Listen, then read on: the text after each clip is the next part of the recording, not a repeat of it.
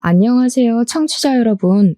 저는 40대 후반으로 향해 가는 몸도 마음도 건강한 아들을 하나 키우고 있는 주부입니다. 얼마 전에 아들의 학교에 일이 생겨서 찾아갔다가 겪게 된 기가 막힌 이야기를 여러분들께 들려드리기 위해서 이곳을 이렇게 찾아오게 되었습니다. 여러분들은 다양한 의미로 살면서 잊을 수 없는 사람이 몇이나 되실까요? 저는 사실 손에 꼽히는 수준으로 적게 있었는데 제가 어린 시절부터 당했던 수모를 잊지 못해 기억하는 사람들이었습니다. 제 인생의 끈을 놓게 만들고 싶었던 사람들이자 악착같이 이를 악물게 한 사람들이기도 하고요. 절대로 잊어서는 안 될 인간들이라 마음 깊은 곳에 꽁꽁 감춰둔 판도라 상자 같은 것입니다. 저는 그 사람들 덕분에 어떻게 보면 제 인생을 함께 걸어나갈 동반자를 만나기도 했지만 반대로 그 인간들을 만나지 않았다면 비뚤어지지 않았을 것 같기도 합니다. 제가 애둘러서 이렇게 표현을 하니 어떤 이야기가 펼쳐질지 상당히 궁금하시죠? 제 이야기를 듣다 보면 여러분들도 저와 함께 이를 갈게 될지도 모르겠습니다. 아마 지금의 저는 모든 것을 다 포용하고 해탈할 수 있는 상태이기 때문에 청취자 여러분들도 이야기의 끝을 함께 하신다면 저를 꼭 안아주고 싶어지실지도 모르겠습니다. 잘했다, 잘 살았다, 힘내라. 그런 상투적인 말도 저에게는 큰 응원이자 용기였기 때문에 청취자 여러분들 또한 저에게 따뜻한 말 한마디 부탁드리겠습니다. 언어라는 것은 마음속에 담아두지 말고 표현을 해야 하는 거라고 하더라고요. 저도 제가 받았던 이 상처를 말로써 표현을 해보려고 이렇게 사연을 올려봅니다. 제 사연이 여러분들께 소개가 될지 긴가민가 하지만 그래도 한번 용기를 내서 다 털어버리겠다는 마음으로 줄줄이 제 이야기를 늘어놓아 보겠습니다. 함께 울고 함께 웃어주신다면 더할 나위 없이 이 글을 쓰게 된 저의 용기를 칭찬하게 될 것 같습니다. 그렇다면 지금부터 제 아픈 이야기, 황당한 이야기를 들려드릴게요. 태어났을 때 누구는 금수저를 물고 태어나고 누구는 흙수저를 물고 태어난다고 요즘은 그렇게들 많이 표현을 하더라고요. 어디 아파트에 사냐, 부모님이 무슨 차를 끌고 다니냐, 나라에서 나오는 지원금을 받냐 안 받냐. 그런 걸로 어린 아이들조차도 너는 금수저다, 너는 흙수저다 한다면서요. 저는 그 이야기가 참 우습게 느껴집니다. 흙수저 또한 흙으로 빚은 수저 정도는 들고 태어난다는 이야기 아니겠습니까? 저는 그 흙수저조차도 가지고 태어나지 못한 이 세상에 태어나서는 안 될 취급을 받은 아주 불쌍하게 처절한 아이였습니다. 저희 어머니라고 부르고 싶지도 않은 그 여자는 미혼모의 몸으로 저를 임신해서 제가 뱃속에 들어있는 10개월 내내 저를 감추고 그 누구에게도 드러내지 않았습니다. 어머니께서는 저를 낳고 나서도 버릴지 말지 한참을 고민했던 사람인 것 마냥 멍하니 계셨다고 했습니다. 저를 병원에서 낳은 것도 아니었고 아직도 저는 제가 어디서 태어났는지 알 수가 없습니다.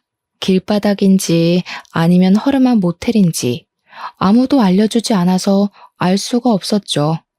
단지 제가 병원에서 태어나지 못했다는 것을 알고 있는 건 제가 이미 태어난 뒤에 구조가 되었다는 걸 어머니에게서 듣고 알고 있기 때문입니다. 어머니는 저를 버리려고 했고 그걸 알게 된 누군가의 신고로 저는 병원으로 이송이 되었고 어쩔 수 없이 보호자가 된 어머니께서 출생신고까지 할 수밖에 없었던 기구한 이야기인 것이죠. 어영부영 저를 떠맡게 된 어머니께서는 저를 챙겨주시다가도 인생의 회의감이 느껴지면 저에게 아무런 신경도 써주지 않았습니다. 아버지라는 사람은 어머니께서 저를 임신하자마자 책임지라고 할까봐 무서워서 어머니의 곁을 떠났다는 이야기만 들었습니다. 그러니까 제 아버지가 누군지 모르고 지냈죠. 가끔은 존재하지도 않은 아버지의 얼굴을 상상으로 그려내면서 그리워하기도 했었습니다. 어머니께서는 제가 말을 하고 배고픔을 입 밖으로 꺼내던 시기가 온 순간부터 저에게 관심을 딱 끊으셨었거든요. 집으로 불러오는 수많은 남자친구들 사이에서 저는 그분들이 가끔 가다가 사주시는 간식들을 기다리며 하루하루를 보내야만 했습니다. 한마디로 정서적으로 상당히 우울감을 가지고 있었고 소극적인 성격이었으며 어머니의 윽박이 무서워 말을 해도 될까 안 될까 고민만 수두룩한 어린 아이였던 것입니다.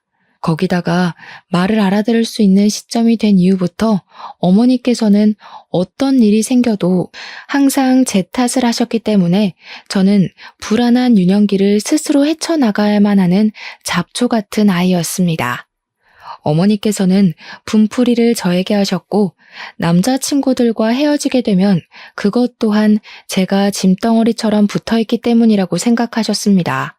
남자가 없으면 삶을 살지 못하는 것처럼 매번 어머니께서는 이 남자 저 남자에게 매달리고 차이고 그렇게 지내셨어요.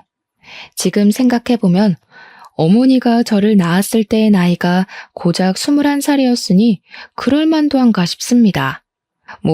이해하려고 노력하는 건 아니지만 21살 나이가 얼마나 꽃 같고 아름답습니까? 다른 친구들은 한창 자기를 꾸미고 놀러 다니고 대학 생활을 즐길 때 우리 어머니께서는 방구석에서 제 기저귀를 갈고 있었을 테니 본인의 자존감도 많이 떨어졌을 테고요. 거기다가 남자로 인해 망해버린 인생이라 생각을 하셨으니 남자로 다시 인생을 펴야 한다고 생각할 법도 해서 제가 이 나이가 돼서야 그럴 수 있다는 생각이 드네요. 정서가 온전치 못하고 늘 불안감, 위기감에 시달렸던 저의 다른 사정 또한 좋지 못했습니다. 그러니까 어머니께서 남자친구를 만나고 있을 때는 전기도 들어오고 가스도 들어오긴 했지만 남자친구와 헤어져 아무런 생활비 지원을 받지 못하게 되면 그마저 뚝 끊겼습니다. 학교에 가려면 씻어야 하는데 전기도 들어오지 않고 난방이 되지 않으니 어두컴컴한 욕실에서 차가운 물로 머리를 감고 몸을 씻어야 했습니다. 가난이 정말 싫었지만 그보다 더 싫은 건 너네 집 엄청나게 가난하다며? 하고 저를 조롱하는 친구들이었기에 매일같이 박박 씻었거든요. 저는 찬물에 온몸이 사시나무 떨리듯 떨렸어도 매일같이 씻고 학교에 등교했는데 그때마다 잠결에 눈도 제대로 뜨지 못한 어머니가 시끄럽다고 소리를 지르셨습니다. 매번 제 탓을 하며 가스가 끊긴 것도 전기가 나간 것도 다 저 때문에 이렇게 살게 된 것이라고 하셨습니다. 모든 이유에 저를 갖다 붙이셨어요. 저 때문에 결혼을 하지 못했고 그래서 어쩔 수 없이 이런 가난함을 겪으며 살아야 한다고 저만 없었더라면 어머니의 인생은 달라졌을 거라고 하셨습니다. 그 시대에는 부부가 이혼을 하는 경우도 지금처럼 많지 않았기 때문에 미혼모에게 달라붙는 시선이 엄청나게 나쁘던 시절이긴 했습니다. 여자가 처신을 어떻게 하고 다녔길래 남편도 없이 혼자 애를 키우냐고 손가락질을 하고 당연히 저와 놀지 말라는 학부모들이 늘어났습니다. 저는 아무런 잘못을 하지도 않았지만 늘 그들 사이에 미운 오리 새끼였습니다. 우리 어머니께서 제 밥이나 제대로 챙겨주셨겠습니까? 그랬다면 제 키가 이리 작을 수가 없지 않을까 하는 합리적 의심이 듭니다. 눈만 마주쳐도 욕을 하고 싶고 분풀이를 하고 싶어서 입을 달싹이던 우리 어머니는 당연히 제 식사도 제대로 챙겨주시지 않았습니다. 밥을 제때 먹지 못하고 먹어도 많이 먹질 못하니 저는 늘 저체중으로 힘들었고 기립성 저혈압이 와 앉았다 일어서는데도 머리가 핑핑 돌아 쓰러지곤 했습니다. 학교에서 1년에 한 번 실시하는 체력장이라던가 혹은 건강검진의 날에도 늘 저체중이라 많이 먹어야 된다는 결과지를 받았고 빈혈과 저혈압이 있다고 병원에 내원 요망이라 적혀 있었습니다. 하지만 병원에 갈 돈이 없었기 때문에 저는 단 한 번도 그 결과지를 들고 병원에 찾아가 본 적이 없었습니다. 요즘은 무상교육이다, 무상급식이다 해서 밥도 주고 교육도 공짜로 시켜줬지만 예전에는 학교를 다닐 때 분기별로 등록금과 급식비를 지불해야 했었습니다. 중학교도 고등학교도 전부 말입니다. 저는 매번 그 명세서를 들고 집으로 돌아갈 때가 가장 가슴이 두근두근거렸습니다. 공부도 못하는 게 어차피 대학도 못 갈 것인데 뭐 한다고 그 돈을 내고 학교를 다니라는 소리를 매번 입버릇처럼 하셨기 때문에 진짜로 돈을 주지 않으실까 싶었던 것이죠. 그 돈이면 우리 어머니의 며칠간 생활비나 다름없었기에 저는 항상 분기가 되면 돈을 내야 한다는 것에 스트레스를 받고 있었습니다. 매번 돈을 밀리고 제대로 수납을 하지 않으니 교무실에 불려가서 인격 모독을 당해야만 했습니다. 그때는 촌지라는 것도 유행이었는데 뭐 돈 한 푼 없는 비렁뱅이에게 뭘 기대하겠습니까? 그러니 학교 선생님들도 저를 대부분 막대하셨죠. 하지만 중학생 때 유난히 저에게 친절하셨던 담임 선생님이 딱 한 분 계셨습니다. 그 선생님은 잊히지가 않습니다. 늘 등록금으로 힘들어하고 돈이 없어서 주눅이 들어있었던 저를 불쌍히 여기셔서 등록금을 대신 내주기도 하셨던 분이셨거든요. 저에게 학교를 그만두고 싶어도 중학교 졸업조차 못하면 사회에서 아무짝에도 쓸모없는 사람이 된다고 고등학교까지 꼭 졸업하라고 용기를 주셨습니다. 고등학교까지는 졸업을 해야 공장에 취직을 해도 할 거라면서요. 저는 그 말을 뼛속 깊이 새겼습니다. 학교에서 소풍을 가는 날에도 도시락 한 번을 싸준 적 없던 우리 어머니. 저는 김밥 한 줄을 살 돈조차 없어서 소풍에 가면 천덕꾸러기처럼 반 친구들의 김밥을 하나씩 얻어먹으며 배를 채웠습니다. 기분 좋게 김밥을 한두 개 나눠주는 친구가 있는 반면 저에게 거지라고 놀리며 김밥을 적선하듯 주는 친구도 있었습니다. 제가 가난하고 싶어서 가난한 게 아닌데 그런 취급을 받을 때면 정말 속상해서 속이 뜨거워지고 눈시울이 시큰거리곤 했었습니다. 우리 어머니는 늘 저에게 관심이 없었고 바깥으로 놀러 다니기 바빴으며 동네에서도 소문이 참 좋지 않은 문제가 많은 그런 여자였습니다. 하지만 어머니는 항상 제 탓을 하셨고 저는 그 말에 익숙해져 있었기에 정말로 어머니의 불행함은 모조리 나의 탓이구나, 내가 존재해서 그런 거구나 하며 지내게 되었습니다. 어머니께서는 제 존재를 부정하셨고 제가 중학생이 된 이후부터는 정말 저를 가족이라고 생각도 하지 않고 그렇게 지내셨습니다. 제가 17살이 되어서 고등학교에 입학을 했을 때 어머니께서 웬일로 저에게 같이 나가서 교복을 사자고 하셨습니다. 중학생 때도 학교 졸업하는 선배들이 물려주는 교복을 3년 내내 입고 지냈었기 때문에 새 교복을 사준다 하니 정말 날아갈 듯이 기뻤습니다. 어머니는 저에게 비싼 교복을 사주시면서 이제 고등학생이니까 앞가림 정도는 스스로 하라고 웃으며 말씀을 하셨고 저는 아무것도 모른 채 좋다고 고개를 끄덕였습니다. 그저 그때는 새 교복을 사게 되었다는 것, 그거 하나만으로도 너무 행복했기에 어머니의 말 속에 숨겨진 뜻이 무엇인지 전혀 눈치를 채지 못했습니다. 그렇게 새 학기를 기다리던 어느 날, 교복을 머리맡에 두고 깊은 잠이 들었는데 다음 날 눈을 떠보니 어머니께서 집에 계시지 않더라고요. 처음에는 그저 어머니께서 아침부터 볼 일이 있으셨나 보다 하고 말았습니다. 가끔 그렇게 일찌감치 사라지시는 날이 있었거든요. 그런데 그날 밤이 되도록 어머니께서는 집에 돌아오지 않으셨고 저는 자고 있으면 알아서 들어오시겠지 하면서 잠을 청하게 되었습니다. 제 예상과는 달리 어머니께서는 그날도 집에 돌아오지 않으셨고 저는 어디 가까운 곳으로 여행이라도 가셨나 보다 하면서 학교를 아무렇지 않게 다니고 있었습니다. 3일이 지나도록 어머니께서 돌아오지 않자 저는 점점 불안해졌고 일주일이 지난 시점에서야 알게 되었습니다. 어머니께서 저를 버리고 혼자서 떠나셨다는 사실 말입니다. 어머니께서 떠나셨다는 걸 자각하게 되었을 때 저는 정말 눈앞이 캄캄해지는 느낌을 받았습니다. 그 전에도 돈이 부족한 생활을 하곤 했지만 정말 1원 한 장 제 손에 쥐어주지 않고 그렇게 떠나실 거라고는 상상도 해본 적이 없었으니까요. 경찰 앞을 정말 몇 번이나 왔다 갔다 했는지 모르겠습니다. 결국 용기를 내어 경찰서에 들어가 우리 어머니께서 가출을 하신 것 같다고 신고를 하게 되었습니다. 경찰들은 귀찮은 걸 떠안았다는 표정으로 저에게 다른 보호자분은 어디에 있냐고 물어보셨고 저는 아버지가 없었기에 다른 보호자는 없다고 이야기를 했습니다. 그 말이 끝나기 무섭게 경찰들의 표정이 바뀌더니 막 분주하게 이곳저곳 연락을 넣고 저에게 집에 같이 가보자고 말씀을 하셨습니다.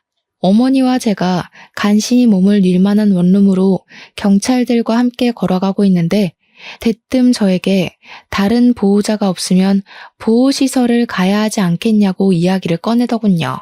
경찰분들이 전화통화를 하던 곳은 제가 임시로 지낼 만한 보육원 같은 보호시설이었던 것이었습니다. 보호시설이 요즘은 시설도 좋고 전문적인 선생님들이 상주하고 계시지만 그때 당시에는 그렇지 못했습니다. 시설도 나빴지만 무엇보다 나쁜 원장이 참 많았고 아이들을 상대로 앵벌이를 시킨다던가 무급으로 노동을 시킨다던가 하는 일이 생각보다 꽤 많았습니다. 한마디로 지금보다 더 나쁘면 나빴지 좋을 상황은 아니라는 생각이 들어서 저는 보육시설에 가고 싶지 않다는 생각이 번쩍 들었습니다. 정말 너무너무 무서웠습니다. 어머니께서 혹시라도 나중에 제 생각이 난다면 저를 찾아오실 수도 있다고 생각을 했고 고아원은 죽기보다 가기 싫었습니다. 또 그 시설에 있는 아이들이 엇나간 아이들의 표본이라고 생각을 했거든요. 거기 가면 다 일진들만 수두룩하게 있을 것 같아서 도망치고 싶었습니다. 저는 결국 경찰들의 팔을 뿌리치고 엄마가 돌아오실 거예요 하고는 저희 집 반대 방향으로 뛰었습니다. 경찰들을 따돌린 후에서야 조심히 주위를 살피며 집으로 돌아왔고 오지 않을 걸 알면서도 어머니를 계속해서 기다렸습니다. 저는 어쩔 수 없이 혼자의 생활에 적응을 하게 되었고 새학기가 찾아와 고등학교에 입학을 하게 되었습니다. 학교가 신식 건물이라 그런지 급식이 나왔고 제가 저소득층으로 인정을 받았기 때문에 급식비를 지원받아서 밥을 공짜로 먹을 수 있게 되었습니다. 급식이 부실하긴 했지만 집에 있어봐야 내내 굶으니까 학교에서 주는 밥을 배불리 먹으려고 욕심을 부려 급식을 먹기도 했습니다. 저의 그런 모습을 보고 학교 선생님들도 동급생들도 저를 거지라고 놀리기 시작했고 자연스럽게 왕따가 되었지만 몇 년을 겪었던 일이기에 대수롭지 않게 생각했습니다. 점심을 배불리 먹을 수 있다는 것만으로도 학교 생활이 무척이나 즐거웠거든요. 어머니께서 집을 나간 뒤로는 정말 흰죽도 못 얻어먹는 신세가 되어 저녁은 항상 굶거나 수돗물로 배를 채워야만 했습니다. 동급생 여자애들은 저를 무시하기 시작했는데 그 중에 유독 민지라는 여자아이가 저를 그렇게 괴롭히고 못살게 굴었습니다. 여자아이들의 따돌림이라는 게 그냥 욕이나 하고 무시나 하고 그 정도로 가벼울 것 같다고 생각하시는 분들이 대부분일 텐데요. 아닙니다. 정말 무섭습니다. 특히 민지라는 친구는 그저 저를 괴롭히기 위해 존재하는 사람 같았다고나 할까요? 아니요. 사탄 같은 친구였습니다. 처음에는 그저 다른 일반적인 왕따나 장난처럼 교과서나 체육복을 숨겨놓고 골탕을 먹이는 가벼운 장난으로 시작을 했으나 강도는 점점 심해졌습니다. 그도 그럴 것이 제가 초등학생 때부터 쭉 왕따를 당해왔는데 고작 교과서와 체육복 따위로 크게 반응을 할 리가 없었으니까요. 저를 괴롭히는 무리들은 제가 반응하지 않자 점점 심하게 저를 괴롭히기 시작했고 제 얼굴이 일그러지는 것을 보면서 상당히 기뻐했습니다. 더러운 쓰레기들을 모아서 제 책상 서랍 안에 넣어두기도 했고 일부러 화장실에 들어가 있으면 천장과 칸막이 사이로 물을 뿌려대기도 했습니다. 몇 번의 물 세례를 받은 뒤 교실에 들어가지도 못하고 화장실에서 숨지겨 울고 있었는데 선생님께서 수업에 들어오지 않았다고 공개적으로 저를 혼낸 일도 있었고요. 수업이 다 끝나고 집에 돌아가는 길에도 학교에서 쳐다본 게 기분이 나빴다며 저를 뒷골목으로 불러서 괴롭히는 일도 있었습니다. 몇 번의 반복 끝에도 저는 그 괴롭힘에 익숙해지지 않았고 더 이상은 견디기 힘들어 어른들에게 도움을 요청하려고 했지만 제 편을 들어줄 어른이 하나도 없었습니다. 결국 저는 큰 결심을 하고 선생님을 찾아갔더니 친구들 사이에서 그럴 수도 있지 않냐고 하시며 가해자의 편에 서서 이야기를 하시더라고요. 저에게 성격에 문제가 있을 수도 있으니까 반 친구들이랑 잘 지내보려고 노력을 해보라고 하시면서 마치 제가 가해자인 것처럼 이야기를 하셨습니다. 결국 저는 참다 경찰서를 찾아가게 되었고 경찰서에서는 학교에 신고가 접수되었다며 찾아와 가해 학생들을 불러냈습니다. 하지만 학교 측에서 학생들이기 때문에 수업을 뺄 수 없다고 완강하게 거부를 했고 우리 학교에서는 학교 폭력이라든지 왕따 같은 것은 없다고 딱 잘라 말했습니다. 그 뒤에 담임 선생님께서 저를 불러다가 같은 반 친구들끼리 장난도 치고 하는 거지 그런 걸로 경찰에 신고를 하면 안 된다고 저를 혼내셨습니다. 제가 못된 아이고 염치도 없는 학생이고 그러니 저에게 친구들이 하나도 없는 거라면서 저를 질책하시더라고요. 다행히 살던 집에서 쫓겨나는 일은 없었지만 제가 아르바이트를 하지 않고서는 생활을 전혀 할 수 없는 수준에 이르렀습니다. 눅눅해져 곰팡이가 피어버린 쌀은 더 이상 곤란해 먹을 수 없을 지경이었고 반찬 같은 건 기대도 할 수 없는 수준이었습니다. 물조차 살 돈이 없었기에 수돗물을 떠다 마시고 있었는데 그마저도 끊기기 일보 직전이어서 저는 일자리를 알아보게 되었습니다. 사실 그동안은 어머니께서 모든 공과금을 내고 계셨기에 저는 몰랐는데 전기와 가스가 끊겨버린 터라 정부에서 저희 집을 방문하게 되었습니다. 제가 혼자 어두운 방구석에 있는 걸 보고 보호자는 어디에 있냐고 몇 번이나 물어보았는데 저는 제 보호자가 어디에 있는지를 모르니 대답을 할 수 없었습니다. 저는 보육시설로 옮겨질 수 있다는 불안함에 사회복지사를 붙잡고 엉엉 울면서 보육원만큼은 가고 싶지 않다고 매달려야 했습니다. 복지사는 저에게 보육시설이 나쁜 곳이 아니라고 지금보다 훨씬 더 좋은 생활을 할 수 있을 거라며 저를 달랬지만 저는 극구 거부를 했습니다. 갖은 핑계를 다 대면서 혹시라도 돌아올 어머니를 기다리고 싶다고 이 집으로 분명 돌아오실 거라고 필사적으로 보육시설에 가는 것을 거부했습니다. 결국 복지사는 주민센터와 연계해서 저를 지원해 줄 수 있는 국가법이 있나 찾아보기 시작했고 저는 그제야 제가 몰랐던 사실 하나를 알게 되었습니다. 등본을 떼어보니 저와 어머니가 완벽하게 세대 분리가 되어 있더라고요. 그러니까 저희 어머니는 저를 버리고 떠나서 재혼을 하시고 살림을 차린 것입니다.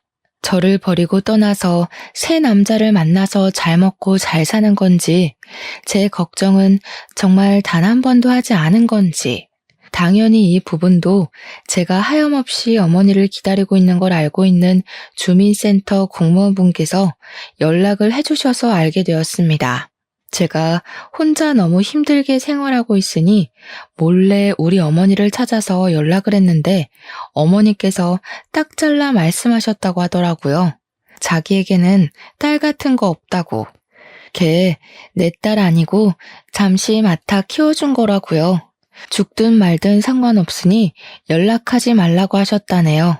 저는 완벽하게 버려졌다는 기분을 처음으로 느끼게 되고 완전히 자포자기를 하게 되었습니다. 저는 학교 생활을 제대로 하지 못했기 때문에 늘 전교 꼴찌했고 그걸 알게 된 민지는 제 성적표를 반 친구들과 돌려보며 저를 조롱했습니다. 비렁뱅이 새끼가 공부까지 못하면 진짜 제대로 인생 망한 거 아니냐고 깔깔거리면서 친구들이랑 저를 놀려대는데 정말 부끄러웠습니다. 제 교과서를 찢으면서 공부도 못하는 게 이런 게 필요하긴 하겠냐고 쓰레기통에 버리기도 했습니다. 민지는 소위 말하는 일진이라는 선배 오빠들과 어울려 다니면서 오토바이를 타고 폭주족 흉내를 내고 담배를 태우고 술을 마시기도 했습니다. 제가 편의점에서 일을 하는 것을 알게 된 민지는 학교가 끝이 나면 제가 일하는 편의점에 찾아와서 담배를 내놓으라고 저를 협박하기도 했습니다. 저는 절대로 줄 수 없다고 말렸지만 제 머리를 툭툭 치면서 비렁뱅이는 시키는 일이나 똑바로 하라고 모욕을 주더라고요. 결국에는 일진 오빠들까지 데리고 와서 저를 위협하며 협박을 했고 저는 울면서 사정했지만 결국 담배를 강탈당하고 말았습니다. 거기서 조용히 넘어갔으면 행복한 결말이었을지 모르겠지만 세상은 항상 제 편을 들어주지 않았습니다. 그들이 길거리에서 담배를 피우다가 신고를 당하게 되었고 경찰이 조사를 하다가 저희 편의점까지 찾아오게 된 것입니다. 당연히 편의점은 영업정지를 당하게 되었고 화가 나신 점주님은 저에게 일방적인 해고 통보를 내렸습니다. 저는 어쩔 수 없는 일이었다고 변명을 했지만 어른들의 사정에 제 이유 따위는 중요하지 않았던 것이죠. 점주님은 저에게 영업 손실까지 책임을 지라고 돈을 내놓으라 하셨습니다. 저는 얼마 되지 않는 돈이지만 적금을 부었던 통장을 깨서 점주에게 고스란히 바쳐야 했습니다. 저는 악착같이 신문 배달을 하고 패스트푸드점이며 제가 할 수 있는 일은 빠짐없이 다 하면서 일을 하고 하루하루를 버텨나갔습니다. 고등학교 2학년이 되고 나서 민지와 드디어 다른 반으로 갈라지게 되었고 저는 학교 생활에 한 줄기 빛을 본 듯한 기분이 들었습니다. 물론 다른 학교로 떨어진 것은 아니니까 언제든지 저를 찾아와서 괴롭힐 수 있다고 생각을 했지만 쉬는 시간만 잘 피해 다니면 되겠다고 생각을 했습니다. 저는 행복한 상상을 하며 지내고 있었는데 어느 날 집주인분께서 저를 찾아와 전세금 300만 원 올려달라고 하셨습니다. 당장 300만 원이 어디에 있겠냐고 사정사정을 했지만 3개월밖에 시간을 더 주지 못한다고 돈이 없으면 지금이라도 집을 빼서 나가라고 하더라고요. 저는 하늘이 무너지는 듯한 기분이 들었지만 3개월 동안 300만 원을 모으지 못할 이유가 없다고 생각해서 다음 날부터 바로 인력센터로 출근했습니다. 공사장 막노동이라도 좋으니 돈을 벌 수 있게 해달라고 빌었고 건물 청소부터 택배 상하차까지 미친 듯이 일을 했습니다. 그 결과 2달이 조금 넘는 시간 만에 300만 원을 모아 집 주인분께 전세금을 드릴 수 있었습니다. 그리고 학교에 등교를 하니 담임 선생님이 저를 교무실로 불러서 뺨을 세게 치시더라고요. 선생님께 맞았다는 생각에 귀가 멍해지고 눈앞에 별이 반짝하는 것 같았습니다. 제가 두 뺨을 감싸고 선생님을 보자 씩씩거리며 말씀을 하시더라고요. 학교가 장난이야? 네가 나오고 싶으면 나오고 안 나오고 싶으면 안 와도 되는 놀이터야? 어? 이 새끼가 아주 이렇게 난장판으로 학급 분위기 조성할 거면 자퇴를 해. 저는 정말 너무나도 속상했습니다. 다른 이유도 아니고 의식주를 해결하기 위해서 학교를 나오지 못한 것인데 저를 문제아 취급을 하니까요. 하지만 악몽은 거기서 끝나지 않았습니다. 제가 새로 구한 아르바이트가 2층에 있는 파스타 집이었는데 저녁밥도 해결할 수 있고 생각보다 월급도 짭짤해서 마음에 드는 일자리였습니다. 그런데 그 건물 3층에 주점이 들어와 있었거든요.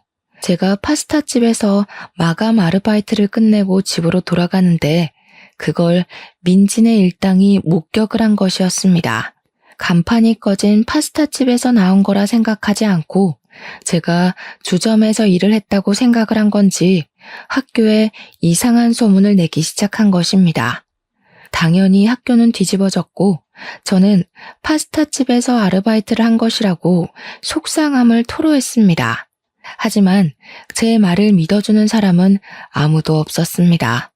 저를 믿지 못한 담임 선생님은 파스타집까지 찾아오셨고 제가 실제로 그곳에서 아르바이트를 하고 있다는 걸 보고 나서야 믿어주셨죠.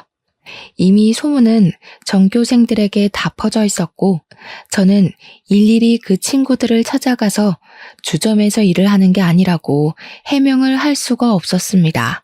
결국 학부모의 항의 전화가 걸려오고 학교에서는 저에게 학교의 이미지를 실추했다고 하며 자퇴를 권유했습니다. 저는 죽어도 졸업장을 받고 싶다고 했지만 그러면 강제 전학을 보내겠다고 했어요.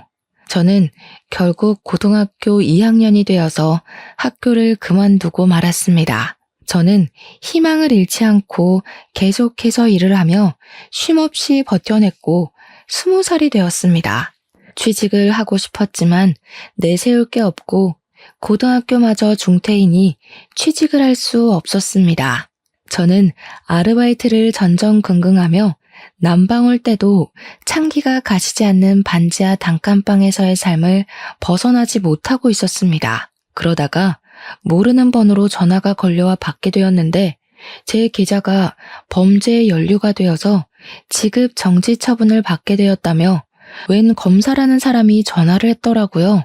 그럼 저는 어떻게 하냐고 했더니 통장에 있는 돈을 검찰청에서 관리하고 있는 계좌로 이체를 하라고 시키는 게 아니겠습니까? 저는 너무 놀라기도 했고 제 돈이 불법 자금에 연루가 되었다고 하니 무섭기도 해서 그 검사가 시키는 대로 바로 이체를 했습니다. 다들 예상하셨다시피 그 전화는 보이스피싱 전화였고 저는 정말 제 평생을 모아온 돈 800만 원을 그 전화 한 통화에 전부 잃게 되었습니다. 비어버린 제 통장 잔고를 확인했을 때 경찰서에 찾아가 울면서 제 돈 돌려달라고 외쳤으나 난감해하던 수사관님을 보았을 때 저는 정말 죽고 싶다는 생각 외에 아무런 생각도 들지 않았습니다. 저는 왜 이런 운명을 달고 태어나서 이렇게 불쌍하고 기구하게 살아야 하나 엄청 슬펐습니다. 저는 결심을 했습니다. 인생을 끝내기로요. 한강에서 이때까지 살아온 모든 삶을 포기하기로 마음먹고 다들 많이 오른다는 한강다리 정 가운데에 서서 해가 지는 노을을 바라보며 뛸 준비를 마쳤습니다.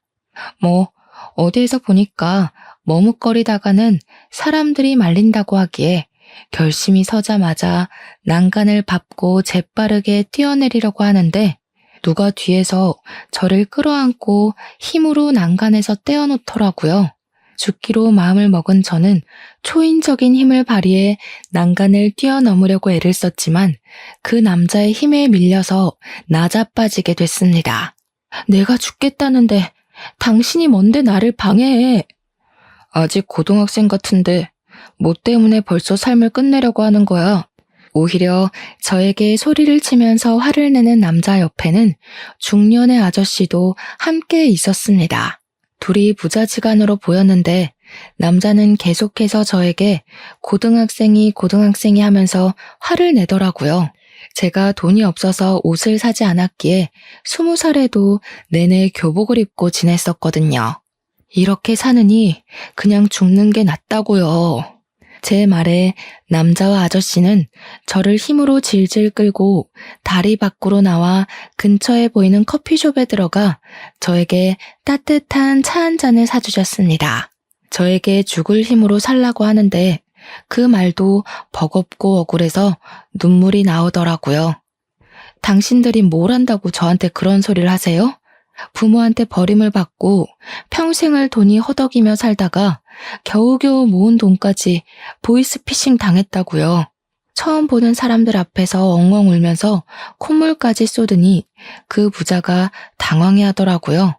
아저씨는 저에게 같이 어디 좀 가자 하시더니 밖에 세워둔 차에 올라타라고 했고, 저는 이게 납치 같은 건가 싶기도 했지만 어차피 죽을 목숨이었으니 상관없다 생각하고 차에 올라탔습니다. 차 안에서 이야기를 하는데 남자는 27살이고 사진작가로 일을 하고 있다고 했고, 아저씨는 예상대로 그 남자의 아버지였습니다. 어디 가냐고 묻지도 않고 도착한 곳은 아저씨가 살고 있는 집이었는데, 저는 그곳에서 영문도 모르고 아저씨께서 내어주신 따뜻한 밥 한 끼를 얻어 먹었습니다. 밥을 다 먹고 뻘쭘하게 앉아 있는데 아저씨께서 저에게 지갑에 있는 돈을 다 털어주시면서 내일도 이 돈으로 밥을 사 먹으라고 하셨습니다. 남자는 저에게 명함을 주면서 일을 할 곳이 없어서 걱정이라면 본인의 사진 보조로 써주겠다고 찾아오라고 했습니다. 저는 그 집에서 나와 골목을 걷다가 그 아저씨가 준 돈을 주머니에 넣었고, 다음날 아저씨가 말씀하셨던 것처럼 그 돈으로 점심을 사 먹었습니다. 일주일 동안 고민을 하다 결국 남자에게 받은 명함에 적힌 번호로 전화를 걸었고, 굶지는 않게 해주겠다는 말에 남자의 보조로 일을 하게 되었습니다. 남자는 포토상을 받기도 했던 신인 작가였고 이름을 점점 알리고 있는 사람이며 작업물 또한 꽤 되는 전문가였습니다. 저는 그 남자 옆에서 4년이라는 시간 동안 카메라를 정리하고 필요한 렌즈를 전달하고 인화 작업을 돕고 조명을 설치하는 일을 하며 완벽한 보조로서 손발을 맞춰가게 되었습니다. 처음에는 이 일을 얼마나 할 수 있을까 싶었지만 밥도 몇 끼 챙겨주고 월급까지 섭섭지 않게 챙겨주니 일이 고돼도 버티게 되더라고요. 저는 그렇게 같이 일을 하며 정을 붙이고 7살이라는 나이를 극복하고 결혼까지 하게 되었습니다. 남편의 어머니는 남편이 어린 시절 일찌감치 돌아가셔서 남편은 시부와 둘이서 아웅다웅하며 살았다고 하더라고요. 시부는 제가 어떤 유년 시절을 겪었는지, 어떤 마음으로 삶을 포기하려 했는지, 다시 용기를 내어 살게 되었는지 알고 계신 분이라 결혼을 반대하지 않으셨습니다. 저를 내내 옆에서 지켜봐 주셨기에 오히려 잘 됐다면서 저희의 결혼을 진심으로 축복해 주셨고, 저와 남편은 행복한 결혼식을 올리게 되었습니다. 과거가 저를 붙잡고 힘들게 하긴 했지만 결혼 이후에 많이 안정이 되었고, 제 상처를 극복하는데 남편이 참 많은 도움을 주었습니다. 저희는 촬영 일정이 들쑥날쑥했기에 딱히 집이 필요하다고 생각되지 않아 시부와 함께 합가해서 살고 있었습니다. 그러다가 정말 적당한 시기에 제가 임신을 하게 되었고 너무나도 소중한 우리 아들을 낳게 되었습니다. 아이를 키우는 동안 남편의 일을 돕진 못했지만 이 소중한 아이를 옆에서 내내 지켜볼 수 있다는 게 행복하고 즐거웠습니다. 우리 아들은 또래보다 잘 먹기도 하고 편식도 전혀 하지 않아서인지 키가 참 컸습니다. 제가 키가 작고 말라서 우리 아들도 작으면 어떡하지? 하고 고민했는데 남편이 기골이 장대해서 그런지 아들도 남편 따라 크더라고요. 또래보다 힘이 좋으니 솔직히 걱정이 되기도 했습니다. 시대가 변하면서 학교 폭력에 관한 법도 많이 늘었고 우리 아들이 다른 친구들을 괴롭히지 말라는 법도 없으니까요. 그래서 저는 어릴 때부터 우리 아들에게 아예 운동을 가르치기 시작했습니다. 운동을 배우면 힘을 어떻게 사용해야 할지 스스로 깨칠 것 같아서 가르쳤는데 우리 아들이 운동에 정말 소질이 있어서 어릴 때부터 대회에 나가서 상도 받고 하더라고요. 태권도, 검도, 합기도를 시키고 12살 때부터는 아예 유도까지 정식으로 가르치기 시작했습니다. 15살이 되었을 때는 복싱을 배워보고 싶다는 아들의 말에 프로복서가 운영하는 운동장에 아들을 등록시켜서 복싱을 가르치기도 했습니다.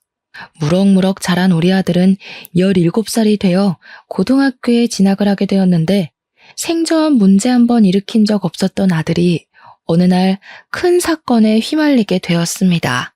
집에서 시부와 함께 점심을 차려 먹고 쉬고 있는데 학교에서 전화가 걸려온 것이 아니겠습니까? 우리 아들이 폭력 사건에 휘말려서 지금 학교로 오셔야 할 것 같다는 담임 선생님의 전화였습니다. 놀래서 남편까지 호출해서 학교에 달려갔는데 알고 보니 우리 아들이 같은 반 일진 같은 친구가 약한 친구를 괴롭히고 있어서 하지 말라고 말리는 과정 중에 시비가 붙어 싸우게 된 것이었습니다. 학교 선생님들도 평소 수업 태도가 좋은 우리 아들의 편을 들었고 사건의 전말을 다 알고 있어 일진 친구를 전학 보내기로 결정을 내렸다고 하더라고요. 하지만 일진 학생 부모가 학교에 찾아와서 자기 아들이 맞았으니 피해자인데 왜 우리 아들이 전학을 가냐고 난동을 부리고 있다는 겁니다. 저는 일단 우리 아들이 일진 학생과 싸웠기에 이야기를 나누려고 갔는데 거기에는 왕따를 당하던 학생네 부모님도 같이 자리를 하고 있더라고요. 일진 학생의 부모 얼굴을 보는데 이상하게 얼굴이 낯이 익은 게 아니겠습니까? 그 순간 딱 기억이 나더라고요. 네, 바로 민지였습니다. 지금 우리 아들을 때려놓고 뻔뻔하게 얼굴을 들고 나타나? 너 혹시 땡땡 고등학교 나온 강민지 아니니? 그러니까 저를 빤히 보더니 기억해내고는 기가 막히다는 듯이 웃더라고요. 그 순간 피해자 학생의 부모가 소리를 쳤습니다. 뻔뻔하게 우리 아들을 괴롭힌 놈이 피해자라고 나서는 게 어이가 없어 정말? 이러는 거 쪽팔리지도 않아요? 지금이 어느 시대인데 너 학교 다닐 때도 그렇게 일진짓거리를 하고 담배 피우고 오토바이 타고 하더니 변한 게 하나도 없구나. 뭐? 뭐가 어쩌고 어째? 담배를 피우고 오토바이를 타요? 우리 와이프가? 순간 민지가 사색이 되어서 입을 합 다무는데 민지 남편이 민지를 확 째려보면서 말을 하더라고요.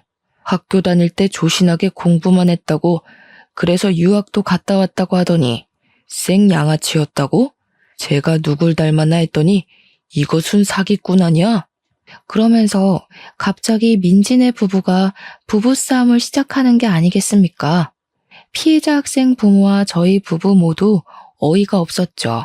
민지가 오해가 있다면서 자기가 다 설명할 테니 시부모에게는 비밀로 해달라고 남편에게 사정사정을 하는데 제가 이때다 싶어 폭로를 이어나갔습니다. 오해는 무슨 오해야. 너 내가 일하던 편의점에 와서 담배 내놓으라고 난리쳐서 영업 정지까지 먹였잖아. 제 말에 민지 남편이 거칠게 넥타이를 풀면서 쪽팔려 죽겠다고 소리를 치더라고요. 그러던 와중에 교무실에 웬 노부부가 나타나서는 민지 아들한테 달려가 우리 손주, 귀한 우리 손주 얼굴 누가 이렇게 만들었냐고 침 튀기며 소리를 지르더군요. 제 아들의 멱살을 잡은 할머니가 네가 우리 손주 때린 거냐고 난리를 치는데 남편이랑 저랑 기가 막혀서 빤히 바라보았습니다. 그런데 정말 다시 생각해도 너무 소름 끼치고 어이가 없네요. 그 할머니가 글쎄 저를 버리고 떠난 제 친모이지 뭡니까? 엄마? 순식간에 찬물을 끼얹은 것 마냥 조용해지고 친모는 저를 보더니 손을 벌벌 떨면서 얼굴이 시퍼렇게 질리더군요. 제 남편도 어리둥절해서 저를 바라보는데 보아하니 친모랑 재혼한 남자의 아들이 민지의 남편인 것이었습니다. 교무실은 완전히 난장판이 되었죠. 저 사람이 너 버리고 갔다는 그 친모? 하루아침에 가출을 하더니 딴 남자랑 재혼해서 나 같은 거 모른다고 했던 그 친모. 이게 다 무슨 소리야? 딸아이 하나 있던 거 전 남편이 데려갔다고 하지 않았어? 그래서 우리 아들을 친자식처럼 생각하고 싶다고 그랬잖아. 그들의 막장 이야기를 듣다 보니 상황이 모두 정리가 되더라고요. 민지는 제 남편에게 요조 숙녀인 척 연기를 했고 날라리처럼 행동했던 지난 과거를 전부 청산하고 시집을 간 것이었습니다. 친모는 전 남편에게 저를 빼앗기고 상심이 큰 엄마 역할을 하며 새로 생긴 새 아들에게 현모양처 코스프레를 하면서 헌신을 다하고 있었던 것이고요. 하필이면 민지 아들이 큰 사고를 치는 바람에 판도라의 상자가 열려버린 거죠. 저는 그 태풍 한가운데 있는 태풍의 눈이었고요. 민지고 친모고 저에게 매달리며 오해 좀 풀어달라고 하는 거 저는 싹 무시하고 그들이 알고 싶어하는 진실을 알려주었습니다. 민지 쟤는 일진이었고 술 담배는 기본으로 했죠. 양아치 오빠들이랑 어울려 다니면서 오토바이를 탔고요. 저를 엄청나게 괴롭혀서 자살까지 생각했었어요. 저기 제 엄마는 제가 고등학생이 되자마자 인사도 없이 저를 버리고 떠나서는 복지사들이 찾아가자 저 같은 거 모르는 아이라고 친자식 아니라고 부정했고요. 저는 엄마 때문에 돈 한 푼 없이 학교도 제대로 졸업 못했고요. 몇 번이고 죽고 싶었습니다. 교무실에서 배신당한 두 남자의 투닥거림이 시작되었고 곧 욕설이 난무하는 난장판이 되었습니다. 학교에서는 골치 아파하며 결국 민지의 아들을 전학 보내는 것으로 마무리 짓기로 했고요. 그 이후에 친모와 민지가 제 연락처를 어떻게 알았는지 연락이 와서는 저 때문에 둘 다 이혼하게 생겼다고 저를 원망하더라고요. 그게 왜 저 때문이겠어요? 자기들이 과거에 못된 짓 한 만큼 벌 받는 거죠. 저는 그들에게 비웃음을 실컷 날려주며 차단을 걸어버렸습니다. 증거가 없어서 소송전을 펼치진 못했지만 그들도 똑같이 가정에 버림받고 멸시받게 되었으니 아주 쌤통이라 생각합니다. 저는 덕분에 속도 너무 시원하고요. 지금은 우리 아들, 우리 남편, 그리고 시부까지 함께 살면서 너무나도 행복하답니다. 여러분들은 제 사연 어떻게 들으셨나요? 정말로 시원하지 않나요? 여러분들도 속에 묵혀놓은 이야기가 있다면 다 꺼내어 말하는 건 어떨까요? 그럼 저처럼 속이 뻥 뚫리는 경험을 해볼 수 있을 거예요. 아무튼 제 이야기는 여기서 끝입니다. 들어주셔서 정말로 감사합니다.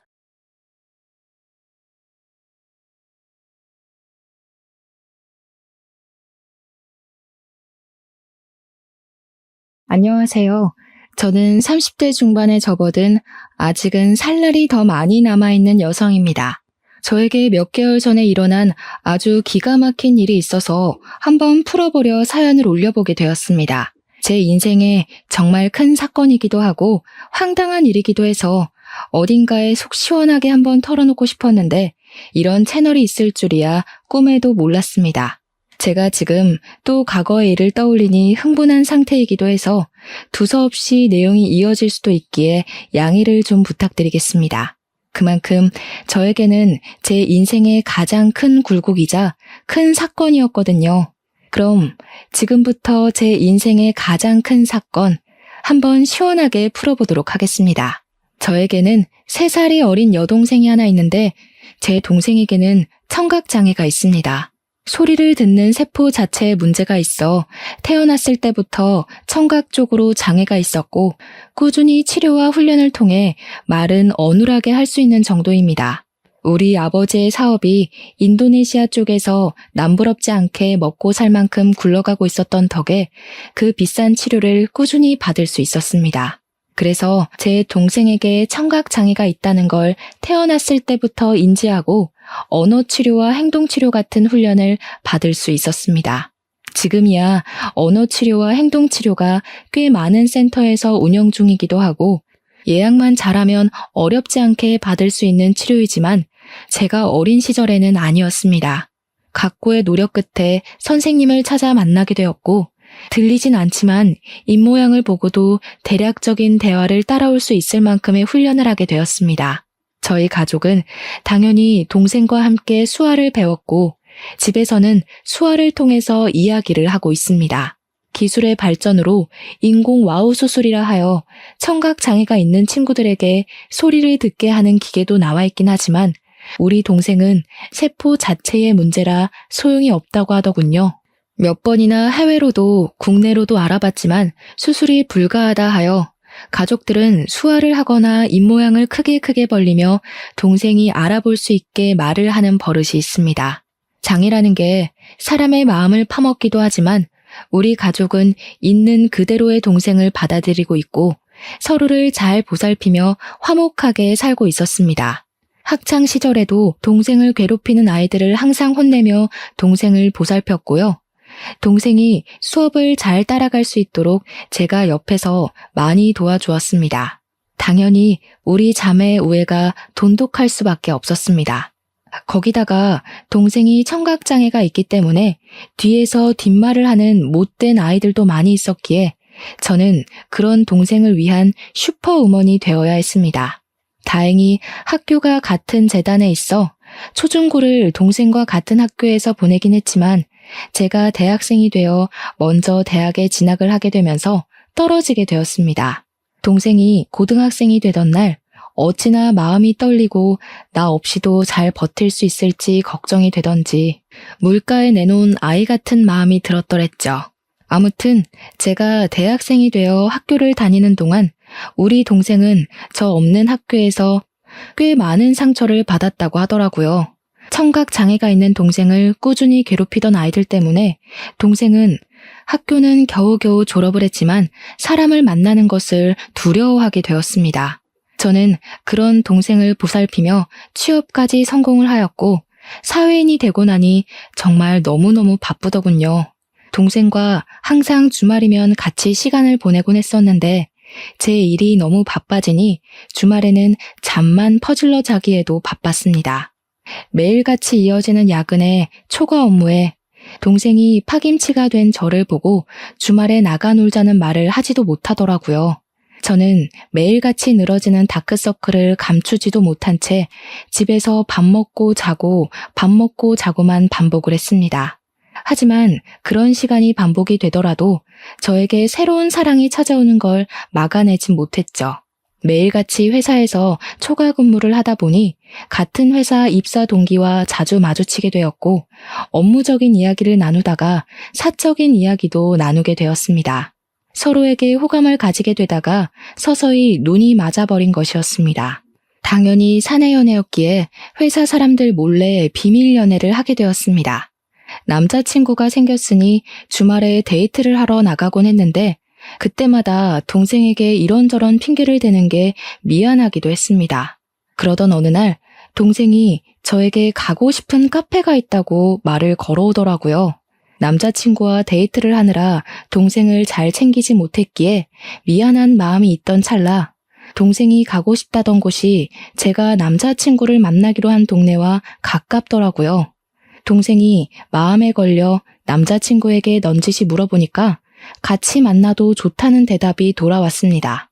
남자친구에게 미리 언지를 해뒀죠. 내 동생에게는 청각 장애가 있어서 의사소통이 조금 힘들 수도 있다. 하지만 입모양을 천천히 보여주면 말은 통한다고요. 제 남자친구는 제 동생에게 청각 장애가 있다는 걸 몰랐던 터라 조금 놀라기는 했습니다만 자기가 노력해서 의사소통을 해보겠다고 하더라고요. 아무튼 그날 만나서 같이 미술관에 가서 보고 싶었던 전시회 하나를 보고 동생이 먹고 싶어 했던 파스타도 먹고 가보고 싶다고 했던 카페까지 갔습니다. 제 동생이 청각장애로 인해서 새로운 사람 만나는 걸 별로 좋아하지도 않고 소극적인 성격인데도 이상하게 제 남자친구랑은 잘 어울리더라고요. 둘이 취향이 비슷한 건지 짝짝꿍도 잘 맞아서 저 없이도 손짓 발짓 해가면서 대화도 하고 하더라고요.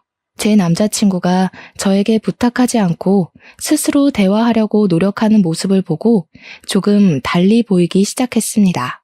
그 이후로 동생이 가끔 형부 만날 때 나도 껴주면 안 돼? 하고 물어봤는데 저는 솔직히 좀 마음이 그렇더라고요. 제 남자친구가 불편해할지도 모르는 일이고 그래서 남자친구에게 먼저 양해를 구하며 물어보니까 자기는 정말 좋다고 같이 보자고 하더라고요. 그러더니 무슨 동네에 봉사 동호회 같은 데에 가입까지 해서는 수화를 배우기 시작했습니다. 저도 모르고 있다가 무슨 유튜브 같은 걸 보고 있길래 뭘 보나 했더니 수화 동작을 배우는 영상이더라고요. 저랑 동생이랑 수화로 대화를 하는 게 멋있어 보였다면서 자기도 그렇게 대화를 나눠보고 싶다고 하더라고요. 그 뒤로 제 남자친구는 정말 각고의 노력을 했고 어설프게 수화를 하며 동생과 대화를 시작했습니다. 제 동생 또한 그런 남자친구의 행동에 감동을 받았는지 둘이 둘도 없는 친구가 되었습니다.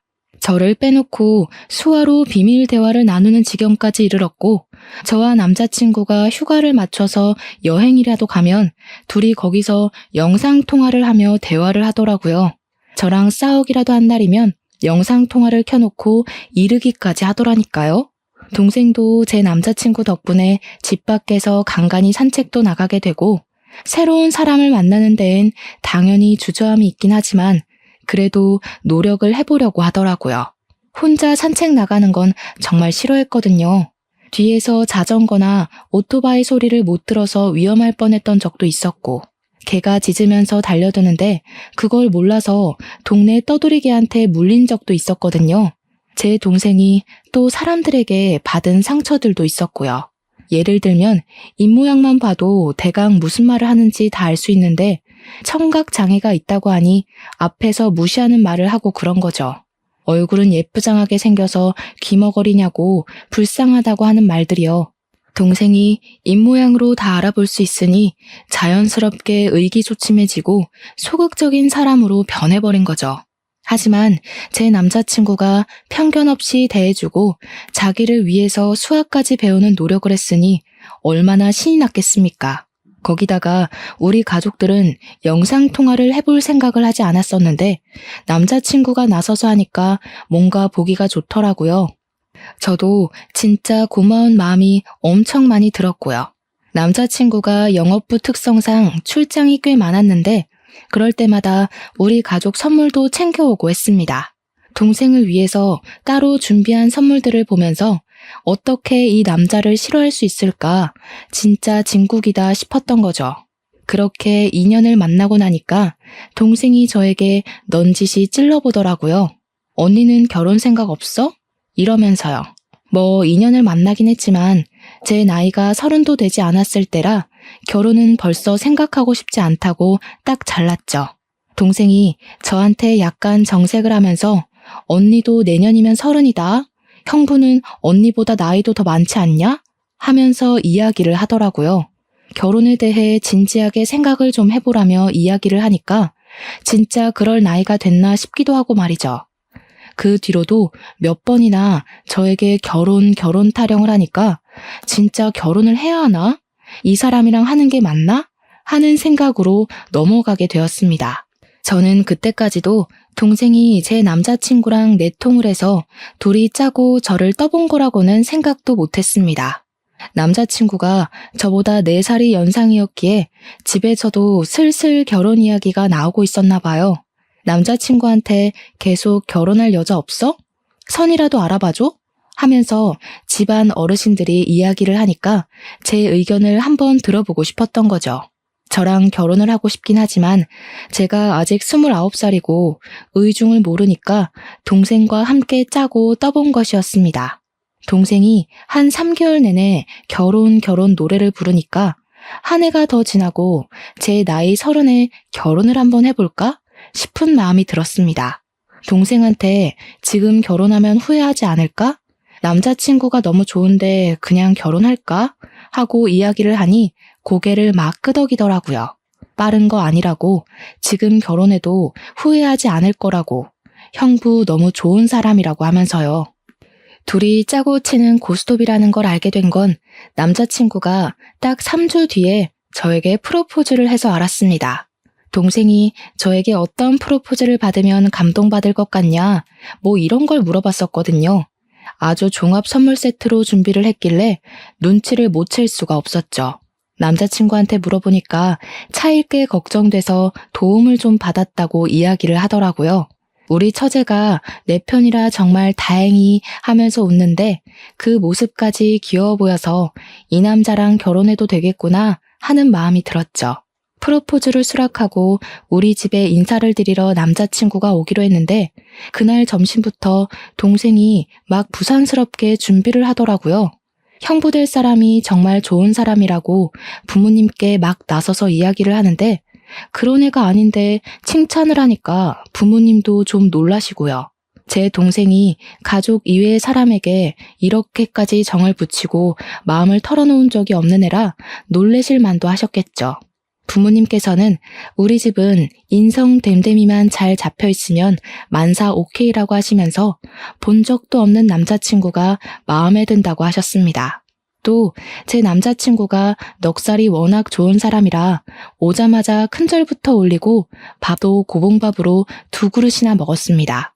대화하는 내내 분위기를 얼마나 익살스럽게 잘 이끌고 가던지 저희 부모님도 푹 빠지셨죠. 거기다가 저희 아버지와 술을 한잔하는데 둘이 죽이 너무 잘 맞는 거예요. 둘 다 만취해서 노래방 가자 하더니 정말 온 가족 다 끌고 노래방 가서 신명나게 놀았습니다. 제 동생은 들리지도 않는데도 혼자 탬버린 들고 춤까지 추더라니까요. 진짜 한 6개월치 웃을 거 그날 하루에 다 웃었다고 해도 과언이 아니었습니다. 아무튼 그날 우리 집에서 인사도 잘 드렸고 저도 예비시댁에 방문을 해서 인사를 드리기로 했는데 그제야 남자친구가 이야기를 털어놓더라고요.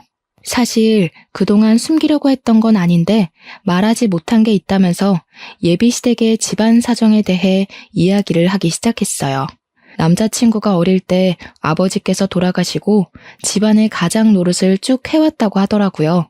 당연히 형편이 좋지 못해 대학도 못 갔고 바로 부사관으로 입대를 해서 군 생활을 하다가 27살에 전역을 했다고 하더군요.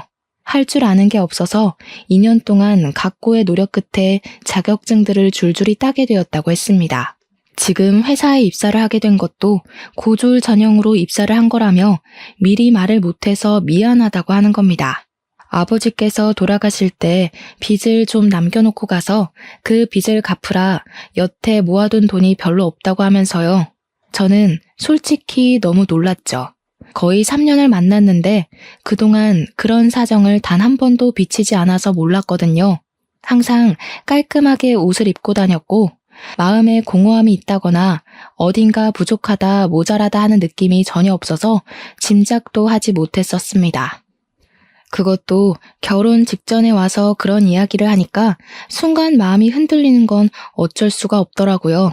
제 눈에 동공지진이 일어날까 제 손을 딱 잡으면서 이야기를 하더라고요. 자기가 15년 동안 빚을 갚았다고, 고등학교 2학년 때부터 아르바이트를 해서 돈을 벌었다고요. 생활력 하나는 남들과 비교도 할 수 없게 좋고 무슨 일이 있어도 절대 굶길 일 없을 거라고 했습니다. 빚도 다 갚았고 집안에 돈을 퍼줘야 하는 것도 절대 아니니까 걱정하지 말라고요. 단지 집으로 인사를 드리러 갈 텐데 집이 많이 낡아서 보이는 게 전부가 아니라는 말을 하고 싶었대요. 아버지께서 돌아가시기 전에 남겨주신 집이라 차마 처분도 못하고 그 낡은 데서 온 가족이 살았다고요. 가족들의 소중한 추억이 담겨있는 집이라 상속 포기도 하지 못하고 돈을 다 갚을 수밖에 없었다며 덧붙였습니다. 저희 집이 아무래도 넉넉한 집안이다 보니 돈이 없는 사람과 결혼한다는 게 고된 일이라는 생각은 별로 하지 못했어요. 그런 거 있잖아요. 어차피 내가 돈이 있으니 내가 더 준비하면 된다는 안일한 생각을 했다고나 할까요? 남자친구, 그러니까 예비신랑의 꾸준한 설득 끝에 예비시댁에 방문을 하기로 결정을 내렸습니다. 양손 무겁게 가라는 부모님의 말에 선물을 잔뜩 준비해서 예비시댁에 방문을 했는데 조금 놀랍긴 하더라고요. 벽지에는 곰팡이가 죄다 쓸어 있었고 문 경첩은 뜯어져 나가서 문이 덜렁덜렁 붙어있는 수준이었습니다. 현관문에 옛날 빌라처럼 철문으로 되어 있었는데 누가 발로 찬 건지 망치질을 한 건지 우글우글 찌그러져 있었고요. 제가 찌그러진 문을 바라보고 있으니까 예비 시모가 다가와서는 어휴 저걸 고친다는 걸 여태까지 까먹었다고 하시면서 멋쩍게 이야기를 하시더라고요. 예전에 빚쟁이들이 문 열라고 하도 발로 차서 저렇게 됐다고 웃으면서 이야기를 하시는데 저는 속으로 실컷했죠 뭐. 어떻게 발로 차면 문이 저 모양이 되나 싶을 정도로 찌그러져 있었거든요. 제가 방문을 하긴 했는데 시댁이 진짜 냉골이더라고요. 너무 추워서 팔에 소름이 쭉 돋을 정도였다고나 할까요? 제가 약간 으슬으슬해하니까 예비신랑이 예비시모한테 보일러를 좀 떼지 왜 이렇게 집이 춥냐고 한 소리를 했습니다. 그러니 예비시모가 눈을 살짝 흘기면서 돈 아껴야지 무슨 보일러니 하면서 씻을 때나 잠깐 틀면 된다고 하시더라고요. 저보고 춥냐고 묻더니 집에서 입는 겉옷이 있다고 예비신랑이 군대에서 입었을 법한 깔깔이 같은 걸 하나 쓱 주시더라고요. 저는 집에서 입는 겉옷이 있다는 사실에 2번 놀랐죠. 거기다가 그 옷에서 나는 이상한 쩐내에 3번 놀랐습니다. 쿰쿰하고 뭔가 지린내 같은 쩐내가 나서 도저히 못 입겠다 싶어서 예비 시모에게 돌려드렸어요.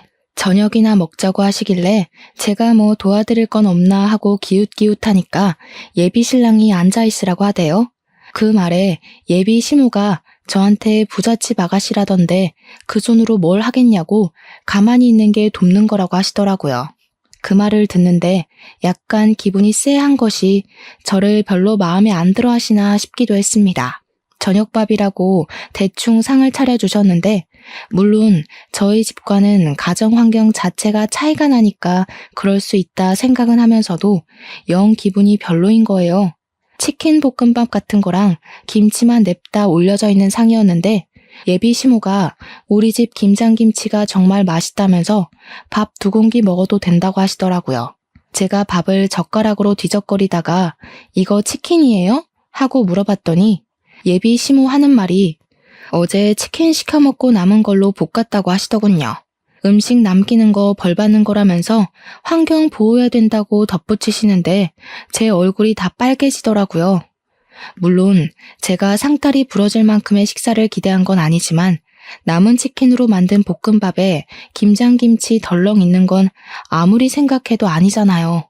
제 표정이 점점 굳으니까 예비신랑이 안절부절하는데 저는 그러면 제가 사온 고기라도 구워주실 줄 알았거든요. 근데 그 고기는 나중에 우리 딸 오면 구워 먹어야지 하면서 냉장실로 직행하더라고요. 도저히 입맛이 없어서 밥 한 술 뜨지도 않고 수저를 탁 내려놨습니다. 그러니 그제야 예비신랑이 예비시모한테 화를 내더라고요. 아니 엄마, 내가 어제 준비 좀 잘해달라고 10만 원 드렸잖아요. 그 돈으로 장도 보고 하시라고요. 어제 네 조카들 놀러 왔던 거 몰라서 그래? 걔네도 힘들게 사는데 내가 장이나 보고 그럼 되겠니? 네 조카들 필요한 거 사라고 내가 용돈 줬다. 예비신랑이 아니 그 돈을 그렇게 쓰면 어떡하냐 하면서 이야기를 하는데 대뜸 저한테 화살이 돌아오더라고요. 예비시모가 저를 딱 보면서 말을 이어가셨습니다. 나한테 딸이 하나 있는데 우리 마지야 마지.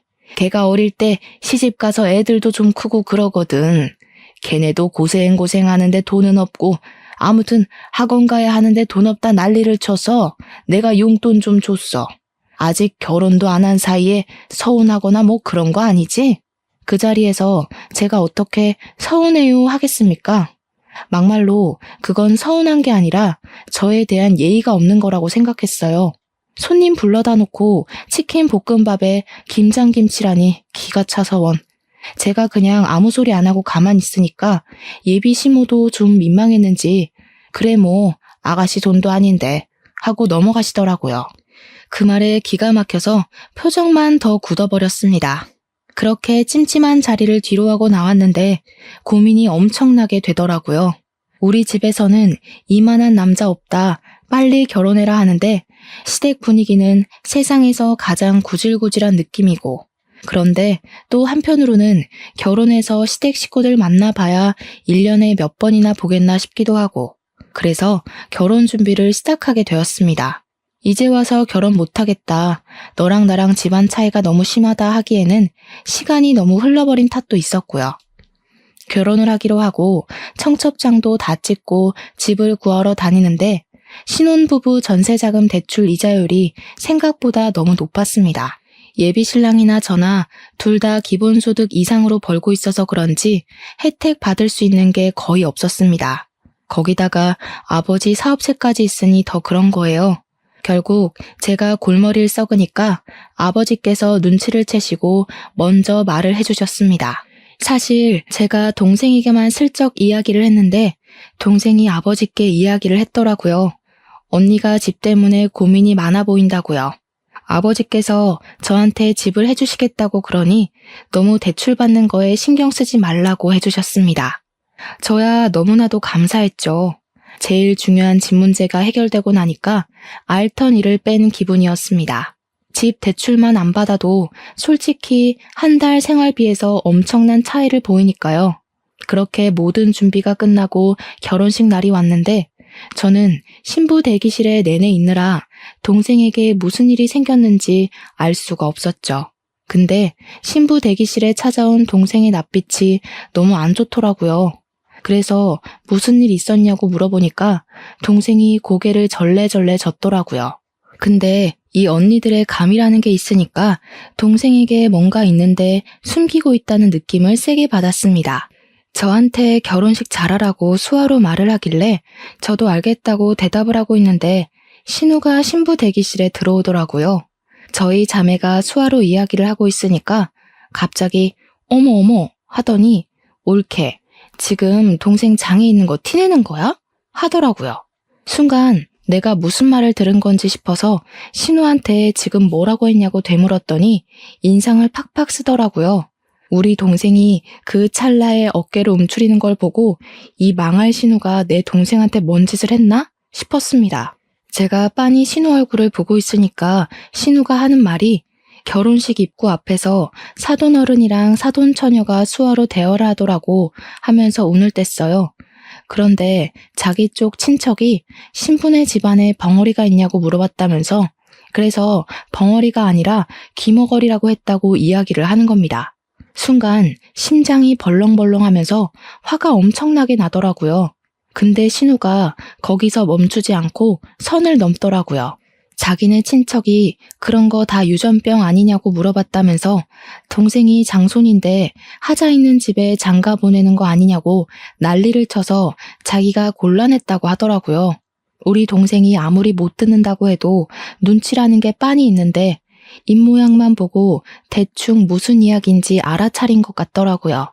고개를 푹 숙이고 훌쩍거리는데 그 상황에서 열이 안 받을 언니가 어디 있겠습니까? 웨딩드레스를 입고 있다는 것도 까먹고 벌떡 일어나서 신우 머리채를 확 잡아버렸죠. 그러니까 도우미로 와주신 이모님이며 옆에 있던 제 친구들이며 놀래서 저랑 신우를 막 말리고 뜯어놨습니다. 제가 씩씩거리면서 머리가 다 헝클어진 신우를 향해 소리를 질렀습니다. 지금 그게 내 앞에서 할 말이에요? 유전병이 어쩌고 어째? 지금 말 다 했어? 결혼식장에 와서 축하해주기 바쁠 텐데 별 걱정을 다 하네 진짜. 나 기분 나빠서 결혼식 못하겠으니까 당장 가서 결혼식 취소됐다고 해요. 그러니 신우가 화들짝 놀라서 아니 뭐 그렇게까지 말을 하고 그러냐고 제 동생한테 내가 미안해 하는 거예요.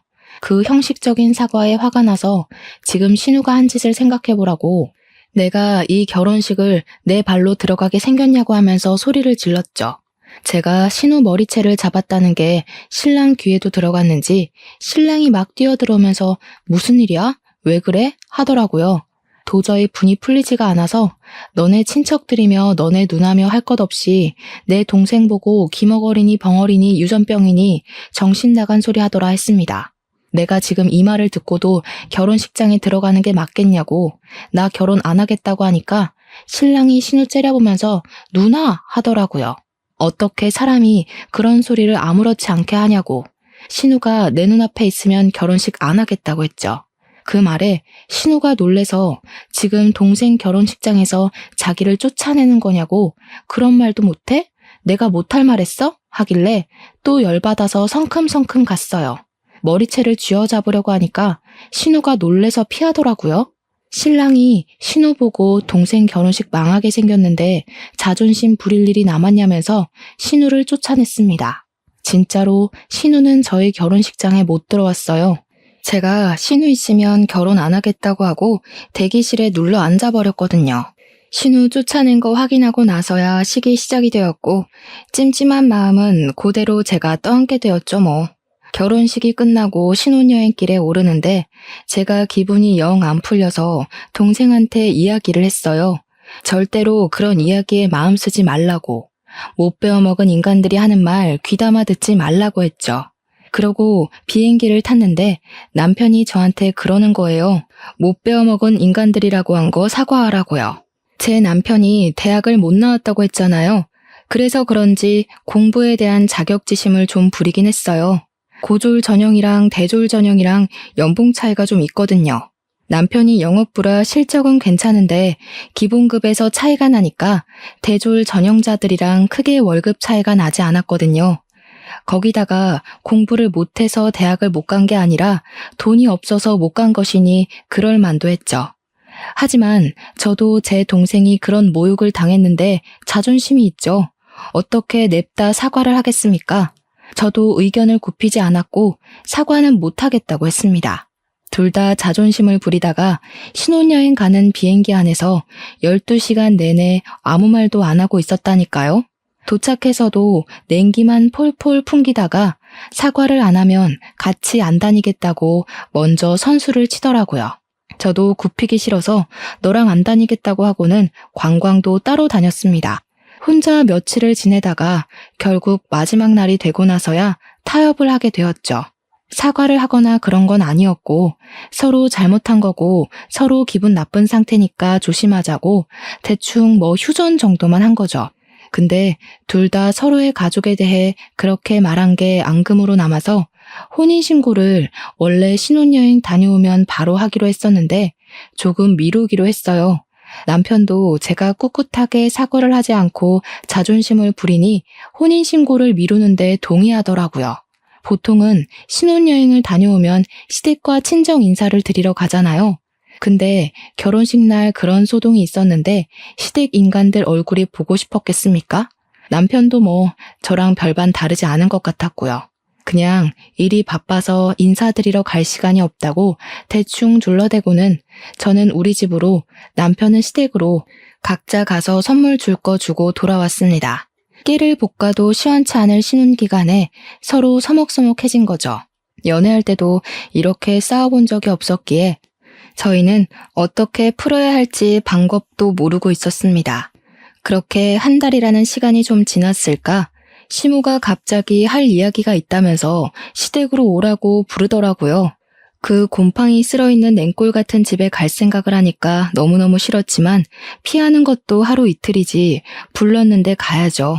퇴근하고 남편이랑 같이 찾아가니까 시무가 그러더라고요. 예, 너네 집 말이다. 아무리 사돈어른이 해줬다고 해도 그렇지 어떻게 부부간에 정도 없이 딱 네 명의로 했니? 저희 아버지께서 제 결혼 선물로 해주신 건데 당연히 제 명이죠. 그러면 세금을 좀 많이 내야 하지 않니? 우리 아들 명의로 했으면 세금도 덜 내고 얼마나 좋아. 세금이 다 똑같죠. 얘가 뭘 모르네. 우리 아들이 산 것처럼 매매 형식으로 꾸몄으면 얼마나 좋니? 너한테 가면 상속세도 물어야 할 텐데 당연히 세금이 더 나오지. 애가 헛똑똑이야. 저희 아버지께서 사업체를 운영하고 계신데 지금 탈세를 하라고 하시는 거예요. 어차피 세금도 저희 아버지께서 다 내주셨는데 뭐가 문제라는 거죠? 아버지께서 저한테 돈 쌓아두면 뭐하냐고 딸한테 주는 건 아깝지 않다고 하셨거든요. 그래?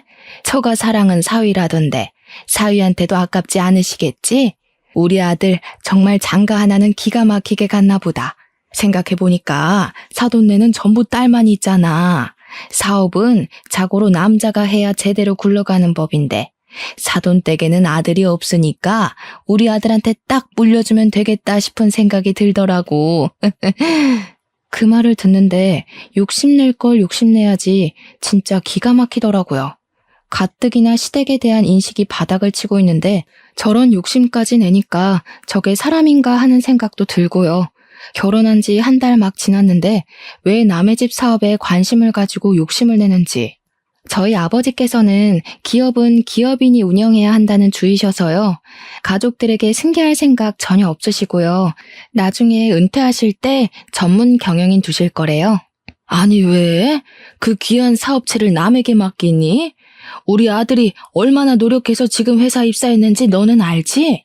우리 아들 능력 한번 보면 말이 달라지실 거다. 그러지 말고 이참에 사돈네 회사에 우리 아들 한 자리 주라고 좀 해봐. 한 자리에서 능력 좀 보고 기업도 물려받고 하면 딱이지 않겠어? 우리 며느리 능력 좀 한번 보자. 남편이 잘 돼야 아내도 편한 법이야. 어머님, 지금 아들 취업 청탁하시는 거예요? 어머님 아드님은 자기 능력으로는 아무것도 못하는 바보인가요? 지금 다니는 회사도 열심히 노력해서 취업한 거 알아요. 충분히 자부심 느끼면서 사는 것 같던데 왜 그러세요? 우리 아버지 회사에 굳이 취직 안 해도 이 사람 잘하고 있는데 그런 말씀으로 취업 청탁하시면 어머님 아들만 바보 만드는 거예요. 그러니까 시무가 씩씩거리면서 지금 우리 아들 바보라고 했냐, 모자란 놈 취급이냐 하면서 성을 내시더라고요. 제가 뭐 틀린 말 한 것도 아닌데 씩씩거리니까 웃기더라고요. 저도 제 할 말 끝났으니까 그냥 자리에서 일어나 버렸습니다. 그 자리에 더 앉아 있어 봐야 얼굴 붉힐 일만 남은 것 같고 이런 취업 청탁이 영 듣고 싶지도 않았고요. 결혼했다고 우리 아버지 사업체까지 자기 몫으로 만들어버리려고 하는 파렴치한 시모 앞에서 하하호호 웃으면서 밥까지 먹었다가는 체할 것 같았거든요. 그래서 가방 들고 나오니까 남편이 뒤따라 나오더니 제 팔을 확 잡아채는데 그 힘이 너무 세서 팔이 빠지는 줄 알았습니다. 제가 당황한 나머지 악소리를 내면서 지금 뭐 하는 거냐고 힘자랑하냐고 한마디 했죠. 그러니까 시모가 저를 보면서 혀를 끌끌 차면서 왜 따박따박 시모한테 말대답을 하거든냐면서 한 소리 하는 거예요. 남편은 눈을 크게 뜨고 제가 하는 행동이 잘못됐다는 식으로 바라보고 있고 시모는 뒤에서 구시렁거리고 이것들이 죄다 한패인가 본색을 벌써 드러내는 건가 막 온갖 잡생각들이 머릿속에서 춤을 추더라고요. 제가 못할 만한 것도 아니고 왜 남편 몫이 아닌데 자꾸 욕심을 내는 거냐고 했습니다. 그러니까 남편이 하는 말이 자기가 욕심낸 것도 아니고 아들이 잘 됐으면 하는 부모의 마음인 걸 모르냐고 하더라고요. 제가 아무 소리 안 하니까 남편이 먼저 아 됐어 너랑 무슨 이야기를 하냐 하면서 말을 끝내더라고요. 지금 누가 할 소리를 하는 건지 연애할 때는 그런 내색 한 번 없더니 결혼하니까 돌변하는 게 무섭더라고요. 이 인간이 결혼하고 나서 진짜 우리 아빠 사업체에 한자리 하고 싶었던 건가 싶어서 소름이 쫙 돋았습니다. 그렇게 냉전이 지속되니까 하루하루 지쳐가면서 내가 왜 이 사람이랑 살아야 하나 싶더라고요. 어차피 혼인신고도 안 했는데 그냥 헤어질까 하는 찰나에 동생에게서 연락이 왔습니다. 자기가 아버지 회사에 출근을 하게 됐다고. 형부 덕분에 기운도 차렸고 새로운 걸 해보고 싶은 마음에 컴퓨터 학원을 다니면서 워드 자격증을 땄대요. 정정당당하게 이력서 넣고 면접 보고 합격해서 출근하게 되었다고 하는데 마음이 다 뭉클하더라고요. 그런 와중에 남편이 저에게 화해 제스처를 보냈고 언제까지 이렇게 말없이 살 거냐고 숨이 막힌다고 하더라고요. 그러면서 서로 오해가 있는 걸 풀었으면 좋겠다고 주말에 같이 캠핑 카라반 같은 걸 예약했다고 거기나 놀러 가자고 하더라고요. 또 남편이 먼저 손을 내미니까 그러자 싶어서 주말에 마트에 가서 장을 보고 카라반에 가기로 했습니다. 원래 캠핑의 묘미는 고기를 구워 먹는 거니까 장을 보는데 남편이 고기를 무슨 2근을 사는 거예요. 둘이 먹을 건데 뭐 이렇게 많이 사는 거냐 하는데 소고기 먹을까? 하면서 한우 비싼 걸 잡더라고요. 원래 캠핑의 묘미는 삼겹의 목살이다 하면서 돼지고기로 골랐죠. 소고기는 숯불에 다 늘어붙거든요. 남편이 너무 과하게 사길래 말리다가 포기하고 장을 봐서 캠핑 카라반으로 갔는데 참나 거기 신우가 떡하니 와 있대요. 저 보자마자 장 많이 봐왔냐고 하는데 진짜 욕이 나오더라고요. 화해 제스처는 개뿔, 신우 식구들 먹일 장만 잔뜩 봐서 강꼴이 된 거죠. 진짜 떨떠름하게 바비큐 준비해서 술까지 차리고 고기를 굽기 시작했는데 제가 아무것도 안 하고 가만히 있었어요. 원래 캠핑 같은 데 가면 남편이 고기 굽잖아요. 제가 상까지 차렸는데 고기까지 구워야 하나 싶었던 거죠. 근데 그걸 보더니 신우가 저한테 공주님이 따로 없다고 비꼬대요. 일부러 못 들은 척하고 무시했죠. 그러니까 신우가 뭐라는 줄 아세요? 그쪽 집안 기머거리인 거 내가 유전이랬지?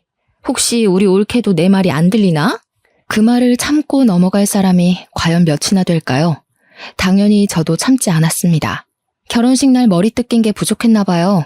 그 주둥아리로 지금 뭐라고 하신 거예요? 뭐? 주둥아리? 제정신이냐? 너 우리 누나한테 그게 무슨 말버릇이야? 올케, 집 좀 산다고 내 동생 너무 무시하는 거 아니야? 고기는 여자가 구워야지. 그리고 소고기도 아니고 삼겹살이 뭐니? 격 떨어지게. 그런데 더 짜증나는 건 심애부였어요. 옆에서 살살 부추기면서 하는 말이 장모님이 그러던데 취업시켜달라던 건 무시하고 귀머거리 동생만 취직했다며 하면서 자기도 이직하고 싶다는 겁니다. 만년 과장으로 살 수는 없고 어디 이사나 전무자리 좋은 데 있으면 자기랑 저희 남편 취업 좀 시켜달라고요. 열이 뻗쳐서 말로 싸우기를 포기하고 사왔던 돼지고기 2근을 전부 심해부 신우 남편의 얼굴을 향해 던졌습니다. 다들 생고기를 처맞고 깍깍거리는데 저도 씩씩거리면서 할 말 다 했죠. 아줌마는 여자 아니야? 시자 붙었다고 시킬 생각만 하네. 그러지 말고 손수 모범을 좀 보이던가. 그리고 전무나 이사? 아저씨가 할 줄 아는 게 뭐가 있다고 그 자리를 달래?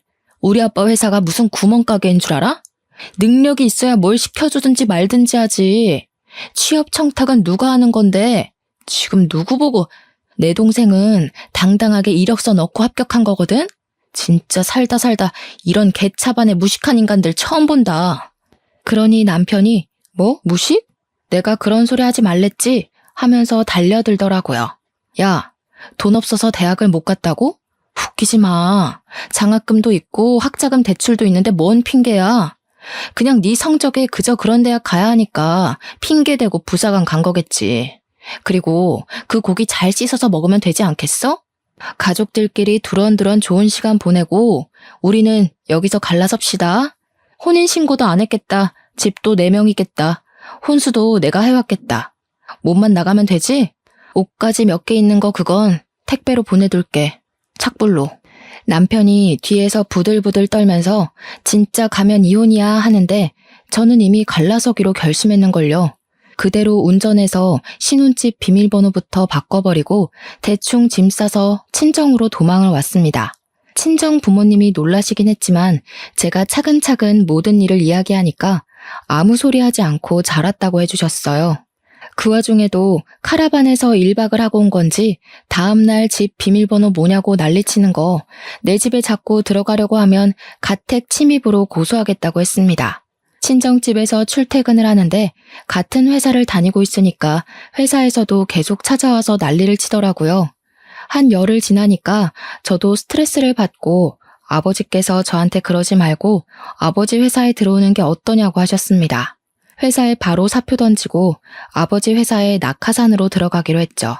사표 내고 오전 중에 신혼집 가서 남편 물건 택배로 보내고 나왔는데 오후에 퇴근하고 나서 또 비밀번호 타령하길래 바로 경찰 불렀습니다. 혼인신고도 안 했으니까 가택 침입으로 조사를 받게 됐고 그제야 제가 물을 마음이 없다는 걸 알았는지 갑자기 잘못했다고 하대요.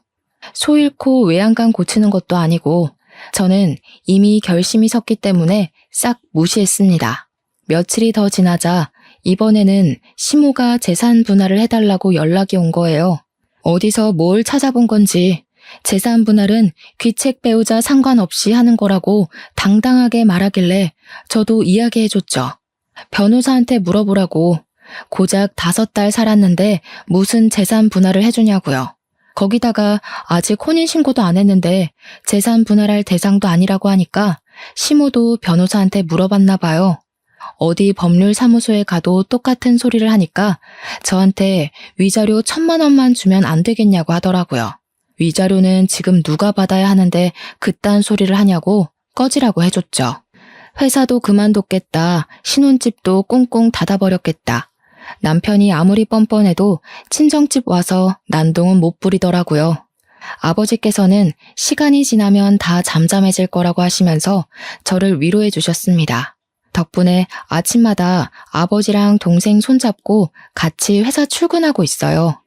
이혼이랄 것도 없는 제 짧은 동거 생활 5개월을 이렇게 청산하고 벌써 3개월이라는 시간이 더 흘렀습니다.